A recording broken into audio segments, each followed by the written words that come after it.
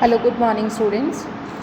हम अपना next topic जो है ड्यू पॉइंट एनालिसिस, जो कि आपके रेशियो एनालिसिस का लास्ट टॉपिक है, इसे आज कंप्लीट करेंगे। वो कहता है जो ड्यू पॉइंट एनालिसिस है वो एक अमेरिका की कॉरपोरेशन ने इसको एनालाइज को एक अप्लाइड साइंस के अंदर लेकर आया था और 1920 के अंदर ये लेकर आया था। इसके अंदर क्या किया था कि जो आपका बेसिकली वो कहता है कि जो हम रिटर्न लेते हैं, मतलब हमने कोई पैसा इन्वेस्ट किया और उस पर हमें कोई इंटरेस्ट मिलता है, तो कहता है बेसिकली वो दो फैक्टर्स पर इफेक्ट करता है। एक आपका करता है वॉल्यूम ऑफ प्रॉफिट पर और एक करता है इन्वेस्टेड जितनी आपने कैपिटल कर रखी है।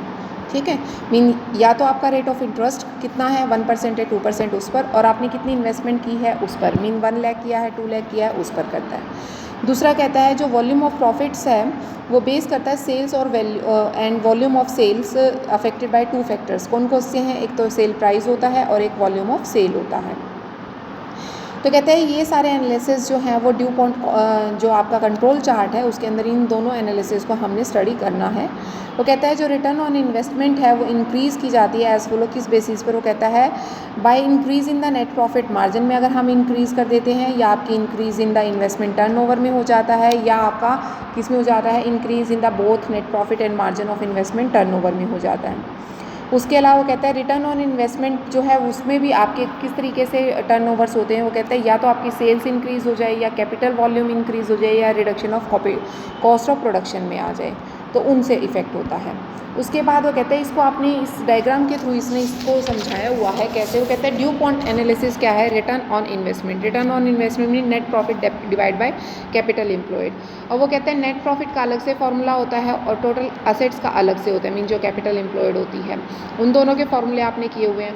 फिर वो कहता है जो नेट प्रॉफिट वाला होता है वो नेट प्रॉफिट आफ्टर टैक्स बनता है डिवाइड बाय सेल है, तो वो कहते हैं नेट प्रॉफिट आफ्टर टैक्स। अब नेट प्रॉफिट आफ्टर टैक्स क्या आता है? नेट सेल जो आती है उसमें आपके नॉन ऑपरेटिंग जो एक्सपेंसेस हैं या डिफिक्ट्स हैं या सरप्लस हैं वो प्लस माइनस होते हैं और उसमें आपकी कॉस्ट ऑफ सेल आ जाती है। कॉस्ट ऑफ सेल में आपकी क्या क्या आती हैं?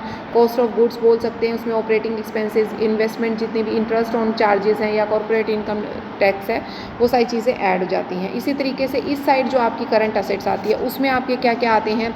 Cash bank, marketable security, trade रिसेबल्स, investment others, ये सारे आते हैं। ठीक है, तो अब हम इनको देखो, इलस्ट्रेशंस में कुछ ज़्यादा फर्क नहीं आएगा, बस आपका ये ड्यू पॉइंट क्लियर होना चाहिए।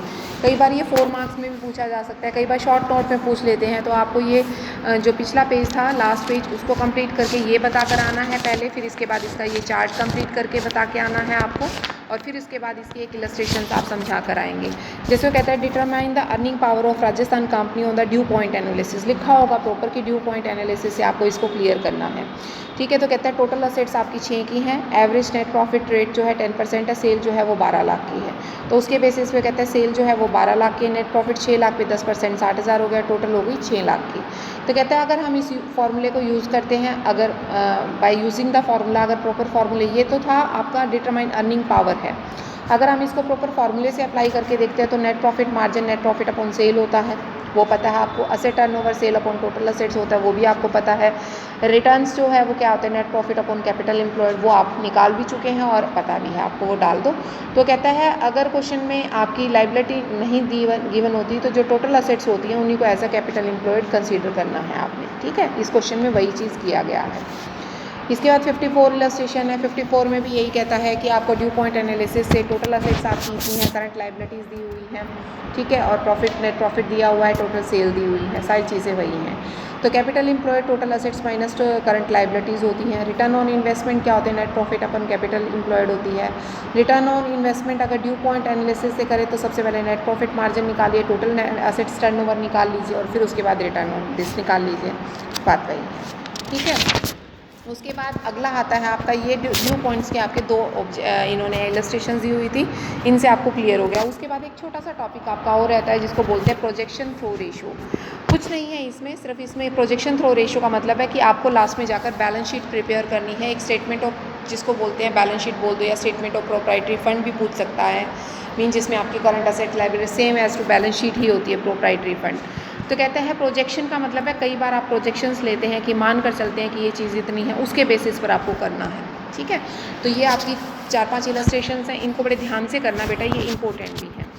तो कहते हैं फ्रॉम द फॉलोइंग्स, ये इस तरह के ही क्वेश्चन आपके बेसिकली पूछे जाते हैं। कहते हैं फ्रॉम वर्किंग कैपिटल दी हुई है 75,000 की, ठीक है। रिजर्व सरप्लस दिया हुआ है, बैंक ओवरड्राफ्ट है, करंट रेशो दिया हुआ है, करंट लिक्विड रेशो दिया हुआ है, और उसके बाद आपका non current assets to proprietary fund ratio भी दे रखा है। ये आपको चीज़ें दी हुई हैं, इनसे आपको इस क्वेश्चन को करना है। तो इस बैलेंस शीट को अभी मत देखो, ये तो बाद में वैल्यूज़ हम पुट करेंगे। सबसे पहले तो नीचे चलिए, हम सबसे पहले तो यूज़ करते हैं करंट लाइबिलिटीज़ को, जो कि हमें नहीं दे रखी है, हमने लेट कर लिया करंट लाइबिलिटीज़। करंट ऐसे हमें दे रखी है, करंट असेट्स हमें 1.75 दे रखी हैं, जो कि हमें करंट असेट रेशो से दिया हुआ है, और लिक्विड असेट जो है वो 1.115 है, क्योंकि वो आपको दिया हुआ है 1.15 जो है वो आपका लिक्विड रेशो दे रखा है। तो current assets minus current liability equal to working capital होता है, ये आपको पता है। करंट असेट्स आपकी पता है, करंट लाइबिलिटी आपने लेट आउट कर ली, वो वैसे भी 1 दी हुई है, तो अगर वो x है तो वो 1.75x हो गए। और वर्किंग कैपिटल आपको दे रखा है क्वेश्चन के अंदर 75,000 की, तो वहाँ से आपका x मीन्स करंट लाइबिलिटीज़ आ गई। जब करंट लाइबिलिटीज़ आपके पास आ गई तो उससे आप क्या निकाल सकते हैं, करंट असेट्स निकाल सकते हैं, लिक्विड असेट्स निकाल सकते हैं। अब करंट असेट्स में से लिक्विड असेट्स को माइनस करके क्या आ जाता है, आपके पास इन्वेंट्री आ जाता है। उसके बाद ट्रेड पेबल्स होते हैं, करंट लाइबिलिटीज़ में से बैंक ओवरड्राफ्ट को माइनस कर दिया तो ट्रेड पेबल्स आ जाएंगे। क्लियर है। अब आते हैं नॉन करंट असेट्स पर। प्रोप्राइटरी फंड जो है उसमें non current assets plus working capital होती है।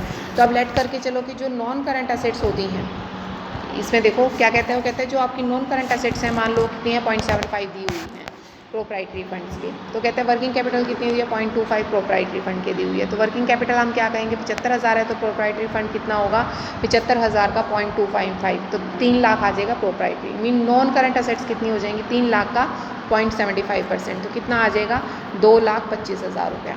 तो मीन नॉन करंट असेट्स आ गई आपकी 2,25,000 की। अब आपकी प्रोप्राइटरी फंड कितना आता है 3 लाख का, तो इसका मतलब बाकी का क्या है, शेयर कैपिटल है। तो शेयर कैपिटल कैसे निकालेंगे, प्रोप्राइटरी फंड में से आप माइनस करते हैं रिजर्व्स एंड सरप्लस, जो कि आपको कितना दिया हुआ है 1 लाख का, वहाँ से माइनस करके 2 का। अब इसको आप बैलेंस शीट में पुट कर दीजिए। बैलेंस शीट में कैसे पुट करना है, देखो जो जो चीज़ आपने निकाली है, सबसे पहले शेयर कैपिटल निकाल लिया आपने, रिजर्व सरप्लस दिया हुआ था, बैंक ओवरड्राफ्ट आपको दे रखा था, ट्रेड पेबल्स आपने निकाल लिए थे, और नॉन करंट असेट्स अभी आपने निकाली है 2,25,000 के ऊपर अगले पेज पर, और बाकी यहाँ से आपने करंट असेट्स लाइबिलिटीज़ निकाली थी और इन्वेंट्री निकाली थी, वहाँ से आप इस क्वेश्चन को कर दीजिए। क्लियर है। उसके बाद नेक्स्ट आता है इलस्ट्रेशन आपका 56 इलस्ट्रेशन। मीन इनको प्रोजेक्ट कर करना है, मीन आपने लेट आउट कर करना है क्वेश्चंस को, ठीक है। जैसे इसमें भी देखो current assets, liquid, proprietary ratio, working capital, reserve surplus, same वही चीज़ें दी हुई हैं, कुछ भी नहीं है इस क्वेश्चन में, सेम की सेम चीज़ें हैं, ठीक है। आप इजीली इसको कर सकते हैं, ठीक है। उसके बाद नेक्स्ट है, इसमें भी उसी तरीके से आप लेट आउट करेंगे। सबसे पहले आपने लेट आउट क्या करना है, आपने इसमें लेट आउट करना है, 1 सेकेंड, इसमें उसी तरीके से करंट लाइबिलिटीज़ लेट आउट करेंगे। करंट लाइबिलिटीज़ के बाद आपकी करंट असेट्स निकल जाएंगे, लिक्विड असेट्स निकलेंगे, लाइबिलिटी निकलने के बाद आपकी करंट असेट लाइबिलिटीज़ आ जाएंगी। फिर आप ट्रेड पेबल्स भी निकाल लेंगे, जिसमें बैंक ओवरड्राफ्ट भी अलग से आ जाएगा। फिर आपका उधर से जाएंगे तो प्रोप्राइटरी फंड्स को यूज़ करके आप निकाल लेंगे। प्रोप्राइटरी फंड इतना है तो वो कितना होगा, उससे आपकी क्या आ जाएंगी, फिक्स्ड असेट्स आ जाएंगी, फिर इक्विटी आ जाएगी, ठीक है। तो ये सारी चीज़ें आपकी वही जो लास्ट क्वेश्चन, ये दोनों क्वेश्चन आपके बिल्कुल सेम थे, तो इन दोनों क्वेश्चन से आप इस क्वेश्चन को करिए। 57th इलस्ट्रेशन देखिए, इसमें मिसिंग किया हुआ है फिगर्स को, ये क्वेश्चन मार्क लगे हुए हैं। क्वेश्चन मार्क का मतलब है जो ये खाली स्थान है इनको आपने भरना है। नीचे ये कुछ फर्दर इन्फॉर्मेशन आपकी दे रहा है। इस फर्दर इन्फॉर्मेशन में वो क्या कहता है, टोटल क्रेडिटर आपके 2/3 ऑफ द वर्थ हैं, नेट वर्थ हैं। जो टर्नओवर्स ऑफ टोटल असेट्स हैं वो आपकी 1.6 हैं। 1 मंथ सेल्स जो है आपकी 4, डेटर्स टर्नओवर, स्टॉक टर्नओवर 5 है। कॉस्ट ऑफ गुड्स सोल्ड भी आपकी 1,20,000 की, और ऐसी टेस्ट रेशो 1:1 है। सबसे पहले तो net worth, equity plus retained earning होता है। इक्विटी आपकी 60,000 की है, रिटेन आपकी 30,000 की है, तो इसका मतलब नेटवर्थ कितनी आ गई 90। अब नेटवर्थ का 2/3 जो है वो आपके क्या है, ट्रेड, जो आपकी लाइबिलिटीज टोटल वो आती हैं, सॉरी ट्रेड क्या है, टोटल क्रेडिटर्स हैं नेटवर्थ के। तो टोटल क्रेडिटर आपके 60,000 आ गए यहाँ से। जब 60,000 के टोटल क्रेडिटर आ गए तो इसका मतलब टोटल लाइबिलिटी कितनी होगी, 60 वो हैं, 30 पहले दिए हुए हैं, 90 तो पहले ही हो गए, 60 वो 150 की, तो टोटल लाइबिलिटी हो गई 150 की होगी। तो इसका मतलब 150 का यहाँ 150 आ गया, तो इसका मतलब 150 ही आपका यहाँ पर आएगा। क्लियर है। अब आपने कैसे करना है, कहता है टोटल असेट्स से रेशो दिया हुआ है, सेल्स अपॉन क्या होता है आपका टोटल असेट होता है, जो कि कितना दिया 1.6, और टोटल असेट्स कितनी है 1,50,000 की, क्योंकि इक्वल होना चाहिए, तो वहाँ से आपकी सेल आ जाएगी। अब ट्रेड रिसीवेबल 1 मंथ पर हैं, तो 1 मंथ का मतलब है 20,000 के। इसका मतलब जो आपके डेटर्स हैं वो आपका कितने आ गए 20,000 के। एक चीज़ तो हो गई 1.5 लाख में से, यहाँ पर जो बैलेंस आपका 1.5 लाख लेना था उसमें से एक चीज़ तो 20,000 की आ गई, इसका मतलब 1,30 बच गया बाकी का। अब इन्वेंट्री टर्नओवर ले लो। इन्वेंट्री टर्नओवर में क्या है, कॉस्ट ऑफ गुड्स सोल्ड आपको दे रखा है 90,000 का, और इन्वेंट्री टर्नओवर रेशो, वहाँ से इन्वेंट्री आ जाएगी। इन्वेंट्री आ गई 18 की, 18 की ये आ गई, ठीक है। तो कितना हो गया 20 और 18। फिर उसके बाद आपका अगला आ जाएगा acid test ratio. Acid test ratio में लिक्विड अपॉन करंट लायबिलिटीज़। अब लिक्विड रेशियो आपका असेट्स आपको पता नहीं है लेकिन करंट लायबिलिटी आपको पता है, तो वो कितनी हो जाएंगी, जितनी लिक्विड असेट्स हैं 1:1 में है तो वो आपकी लिक्विड असेट 60,000 है, तो वो भी आपकी कितनी हो जाएंगी, लिक्विड असेट 60,000 की हो जाएंगी। उसमें ट्रेड रिसीवेबल माइनस कर दीजिए तो वो कैश हो जाएगा। इसका मतलब 40,000 का आपका कैश आ गया। बाकी 72,000 की नॉन करंट है, वो कैसे निकलेंगी। नॉन करंट असेट्स क्या होती है, टोटल असेट्स में से इन्वेंट्री, ट्रेड रिसीवेबल्स और ये सारी चीज़ें जब आप माइनस कर देंगे ये सारी चीज़ें, तो आपके पास क्या बच जाएगा, सिर्फ कैश बच जाएगा। तो कैश कितना आ जाएगा आपके पास, 40,000 का। इस तरीके से आपने इन क्वेश्चंस को करना है। उसके बाद नेक्स्ट इलस्ट्रेशन देखिए, 58th इलस्ट्रेशन। 58th इलस्ट्रेशन में इसने क्या कहा है उसको हम नेक्स्ट वीडियो में करेंगे।